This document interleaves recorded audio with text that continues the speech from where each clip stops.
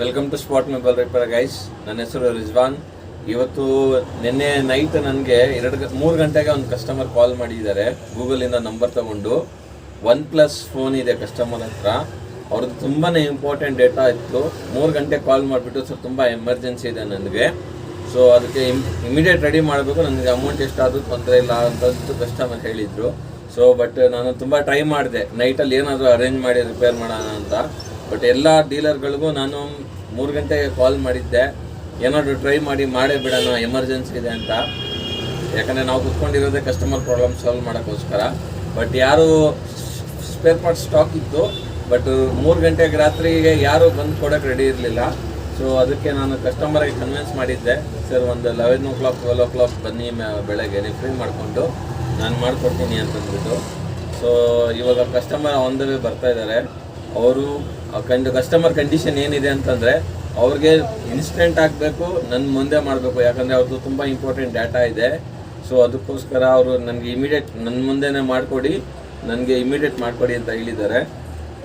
So completely ಈ ಎಪಿಸೋಡಲ್ಲಿ ನಾವು completely ಅದು ಸರ್ ಬರ್ತಾರೆ, ಅದು ಓಪನ್ ಮಾಡಿ ಅದು ಕಂಪ್ಲೀಟ್ಲಿ ಹೆಂಗೆ ಫಿಕ್ಸ್ ಮಾಡ್ತೀವಿ ಅಂತಂದ್ಬಿಟ್ಟು ಕಂಪ್ಲೀಟ್ ಪ್ರೊಸೀಜರ್ ಇರುತ್ತೆ.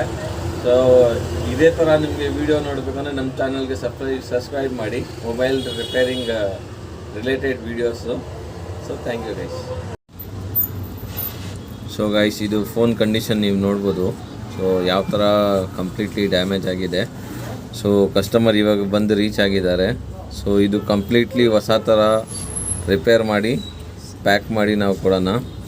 ಸೊ ಪ್ರೆಸೆಂಟ್ ಕಂಡೀಷನ್ ನೀವು ನೋಡ್ಬೋದು. ಡಿಸ್ಪ್ಲೇ ಹಾಕಬೇಕಾಗುತ್ತೆ, ಸೆಂಟರ್ ಫ್ರೇಮ್ ಬೆಂಡಿದೆ, ಮತ್ತು ಬ್ಯಾಕ್ ಕ್ಯಾಪ್ ಹಾಕಬೇಕಾಗುತ್ತೆ. ಇದು ಕಂಪ್ಲೀಟ್ಲಿ ಇವಾಗ ಡಿಸೇಬಲ್ ಮಾಡಿ ಇದು ಪ್ಯಾಕ್ ಮಾಡಿ ರಿಪೇರ್ ಮಾಡೋಣ. ಸೊ ಗೈಸ್, ಇದು ಫೋನ್ ಬಂದುಬಿಟ್ಟು ನಮ್ಮ ಹತ್ರ OnePlus Nord T2 5G ಬಂದಿದೆ. ಇದರಲ್ಲಿ ನಾನು ಇದು ಕಂಪ್ಲೀಟ್ಲಿ ಡಿಸೇಬಲ್ ಮಾಡೋ ಪ್ರೊಸೀಜರ್ ತೋರಿಸ್ತಾ ಇದ್ದೀನಿ. ಫಸ್ಟ್ ಆಫ್ ಆಲ್ ಹಿಂದೆಗಡೆ ಬ್ಯಾಕ್ ಗ್ಲಾಸ್ ನಾವು ಇದಕ್ಕೆ ಹೀಟ್ ಮಾಡಿ ಓಪನ್ ಮಾಡಿದ್ದೀವಿ. ಮತ್ತು ಇದು ಕೆಳಗಡೆದು ಬ್ಯಾಟ್ರಿಯಿಂದ ಕೆಳಗಡೆ ಇದು ಸಬ್ಬೋರ್ಡ್ ಬರುತ್ತೆ. ಸಬ್ಬೋರ್ಡ್ ಹತ್ರನೇ ಅದು ಬ್ಯಾಕ್ ಸೈಡಿಂದ ಡಿಸ್ಪ್ಲೇ ಕನೆಕ್ಷನ್ಸ್ ಬರುತ್ತೆ. ಸೊ ಇದು ಮೇಲ್ಗಡೆನೂ ನಾನು ಕ್ಯಾಮ್ರಾ ಹತ್ರ ಓಪನ್ ಮಾಡ್ತಾಯಿದ್ದೀನಿ ನೋಡಿ. ಇದು ಬಂದುಬಿಟ್ಟು ಓಪನ್ ಮಾಡಾದ್ಮೇಲೆ, ಇದು ಓಪನ್ ಮಾಡೋ ಅವಶ್ಯಕತೆ ಇರಲಿಲ್ಲ ಆ್ಯಕ್ಚುಲಿ. ಇದು ಫ್ರೇಮ್ ಬೆಂಡಿರೋದ್ರಿಂದ ಮದರ್ ಬೋರ್ಡ್ನ ಆಚೆ ತೆಗೆದು ಇದು ಫ್ರೇಮ್ ಸ್ಟ್ರೈಟ್ ಮಾಡೋಕ್ಕೋಸ್ಕರ ಅಷ್ಟೇ ನಾನು ತೆಗಿತಾ ಇದ್ದೀನಿ. ಇಲ್ಲಾಂದರೆ ಫ್ರೇಮ್ ಬೆಂಡಿರಲಿಲ್ಲ ಅಂತಂದರೆ ಇದು ಮೇಲ್ಗಡೆದು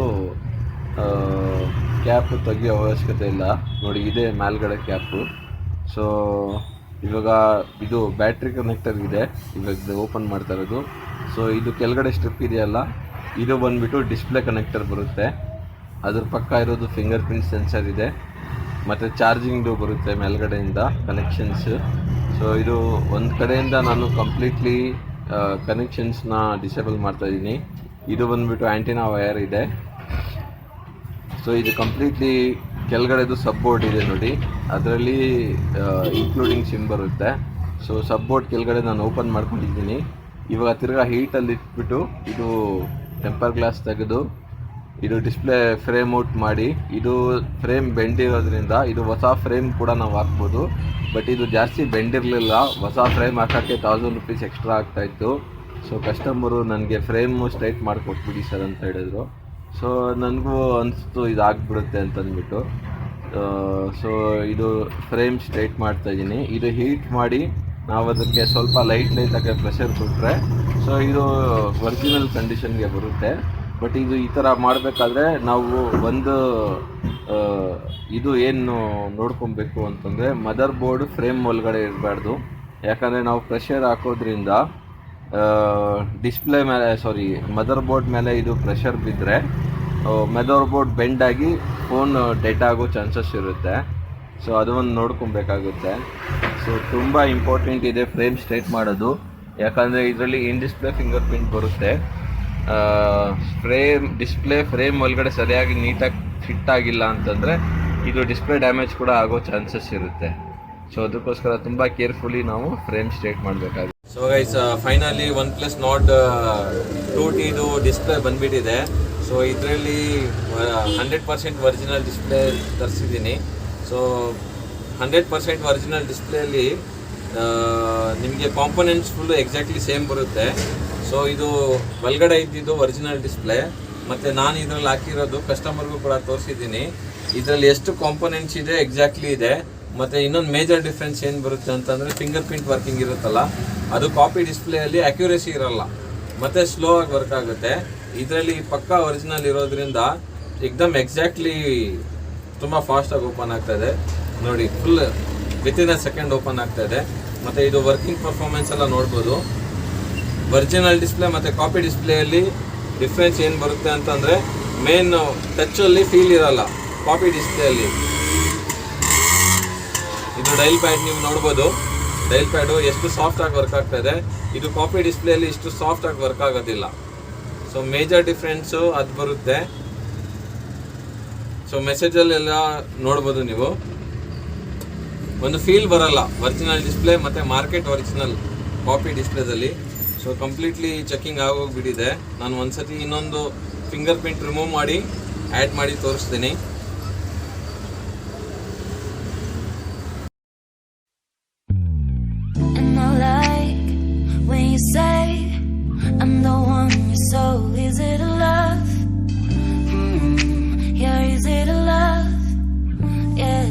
So easy to love, and I like when you say I'm the one. You're so easy to love, you're easy to love, yeah. Yeah, I can even focus on sleeping. You're so pretty every day I'm thinking, baby could you help me 'cause I'm free. ನಮಗೆಲ್ಲ quality ಎಲ್ಲ ತೋರಿಸಿದ್ದೀವಿ.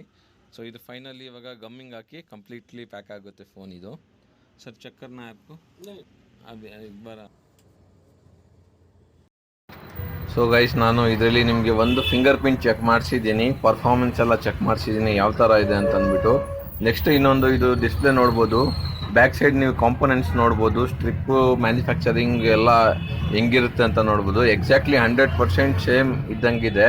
Left ಸೈಡಲ್ಲಿರೋದು damage ಆಗಿರೋ display, right ಸೈಡಲ್ಲಿರೋದು original display ನಾನು ತರಿಸಿರೋದು. So ಇದೇ display ನೀವು ಇದೇ ಡಿಸ್ಪ್ಲೇ ಬಂದುಬಿಟ್ಟು ನೀವು ಆಥರೈಸ್ ಸರ್ವಿಸ್ ಸೆಂಟ್ರಲ್ಲಿ ಹಾಕ್ಸೋಕೆ ಹೋದರೆ 13,000 ರುಪೀಸ್ ಡಿಸ್ಪ್ಲೇ ಇದೆ. ಫ್ರೇಮ್ ಬಂದುಬಿಟ್ಟು 1,200 ರುಪೀಸ್ ಇದೆ. ಮತ್ತು ಹಿಂದೆಗಡೆ ಬ್ಯಾಕ್ ಗ್ಲಾಸ್ ಬಂದುಬಿಟ್ಟು 3,000-4,000 ರೂಪಾಯಿ ಸಮಥಿಂಗ್ ಇದೆ. ಸೊ ನಾನು ಇದು completely full phone original display ಹಾಕಿದ್ದೀನಿ. ಫ್ರೇಮ್ ಹೀಟ್ ಮಾಡಿ ಇದಕ್ಕೆ ನೀಟಾಗಿ ರೆಡಿ ಮಾಡಿ ಸ್ಟ್ರೇಟ್ ಮಾಡಿದ್ದೀನಿ. ಮತ್ತು ಹಿಂದೆಗಡೆ ಬ್ಯಾಕ್ ಗ್ಲಾಸು ಅದು ಒರಿಜಿನಲ್ ಇರಲಿಲ್ಲ, ಬಟ್ ಕ್ವಾಲಿಟಿ ಮಾತ್ರ ತುಂಬ ಜೆನ್ಯೂನ್ ಆಗಿದೆ. ಸೊ ನೋಡಿದ್ರೆ ಇದು ಫೋನ್ ರಿಪೇರಿ ಆಗಿದೆ ಅಂತಲೇ ಗೊತ್ತಾಗಲ್ಲ. ಸೊ ಆ ಥರ ಕ್ವಾಲಿಟಿ ಇದೆ. ಸೊ ಇದ್ರದ್ದು ನಾನು ಇದು ಕಂಪ್ಲೀಟ್ಲಿ ಫೋನ್ ಫಿಟ್ ಆದಮೇಲೆ ಅದು ಫೈನಲ್ ಫುಟೇಜ್ ತೊಗೊಂಡಿದ್ದೆ, ಸೊ ಯಾವ ಥರ ಬಂದಿದೆ ಅಂತ. ಬಟ್ ಅದು ಬೈ ಮಿಸ್ಟೇಕಾಗಿ ಡಿಲೀಟ್ ಆಗಿತ್ತು. ಸೊ ಇದು ಡಿಸ್ಪ್ಲೇ ಗಮ್ಮಿಂಗ್ ಆಗೋಗ್ಬಿಟ್ಟಿದೆ ನಮ್ಮದು. ಇದು ರಬ್ಬರ್ ಬ್ಯಾಂಡ್ ಯಾಕೆ ಹಾಕಿದ್ದೀನಿ ಅಂತಂದರೆ ಇದು ಫಿಂಗರ್ ಪ್ರಿಂಟ್ ಸೆನ್ಸರ್ ಇರುತ್ತಲ್ಲ, ಅದು ಎಕ್ಸಾಕ್ಟ್ಲಿ ಅದು ಟೈಟಾಗಿ ಹಿಡ್ಕೊಂಡ್ರೆ ಮಾತ್ರ ಫಿಂಗರ್ ಪ್ರಿಂಟ್ ಪರ್ಫೆಕ್ಟಾಗಿ ವರ್ಕ್ ಆಗುತ್ತೆ, ಇಲ್ಲ ಅಂತಂದರೆ ಅದು ವರ್ಕ್ ಆಗಲ್ಲ. ಸೊ ಅದಕ್ಕೋಸ್ಕರ ಇದು ಈ ಥರ ರಬ್ಬರ್ ಬ್ಯಾಂಡ್ ಹಾಕ್ಬಿಟ್ಟು ನಾವು ಇದು ಸ್ಕ್ರೂ ಟೈಟ್ ಮಾಡ್ತೀವಿ. ಇದು ಆ್ಯಂಟಿನಾ ವೈರ್ ಇದೆ. ಇದು ಮುಂಚೆ ನಾನು ಡಿಸೇಬಲ್ ಮಾಡೋವಾಗ ತೆಗ್ದಿದ್ದು. ಸೊ ನಮ್ಮ ಫೋನ್ ಕಂಪ್ಲೀಟ್ಲಿ ಫಿಟ್ ಆಗೋಗ್ಬಿಟ್ಟಿದೆ. ಜಸ್ಟ್ ಒಂದು ಬ್ಯಾಕ್ ಗ್ಲಾಸ್ ಹಾಕೋದು ಬಾಕಿ. ಎಕ್ಸಾಮ್ ನೀಟಾಗಿ ಒರಿಜಿನಾಲಿಟಿಯಲ್ಲಿ ರೆಡಿ ಆಗಿದೆ. ಬರೀ ಇದು ಆಥರೈಸ್ ಸರ್ವಿಸ್ ಸೆಂಟ್ರಲ್ಲಿ 13,000 ಡಿಸ್ಪ್ಲೇ ಇದೆ.